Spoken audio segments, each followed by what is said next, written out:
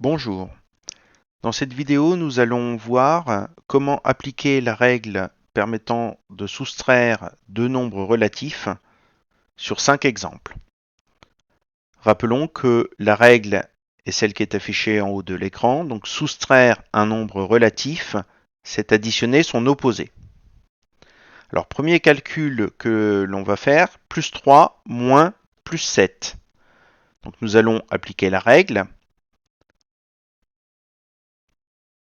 Donc soustraire plus 7, c'est additionner l'opposé de plus 7, c'est-à-dire moins 7.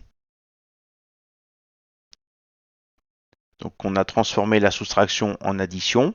Il suffit ensuite d'appliquer la règle concernant l'addition de deux nombres relatifs. Et plus 3 plus moins 7, c'est égal à moins 4. Deuxième opération, moins 7 moins moins 5. Alors soustraire moins 5, c'est additionner l'opposé de moins 5, c'est-à-dire plus 5. Donc on se retrouve avec une addition à faire, et moins 7 plus plus 5, c'est égal à moins 2. Troisième opération, plus 8 moins moins 4. Donc soustraire moins 4, c'est additionner l'opposé de moins 4, c'est-à-dire plus 4. Et le résultat de cette addition, c'est égal à plus 12, ou 12, ce qui est la même chose. Vous savez que on n'est pas obligé d'écrire le signe plus devant les nombres positifs. Avant-dernière opération, moins 9, moins plus 2.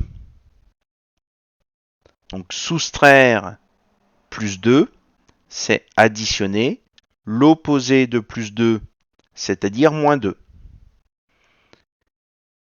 Et le résultat de cette addition, moins 9 plus moins 2, c'est égal à moins 11.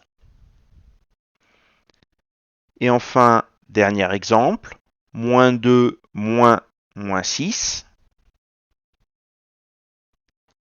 Soustraire moins 6, c'est additionner l'opposé de moins 6, c'est-à-dire plus 6. Et le résultat de cette addition est égal à plus 4 ou 4, ce qui est la même chose. Donc on voit bien que l'application de la règle sur les soustractions de nombres relatifs nous permet de transformer systématiquement la soustraction en une addition.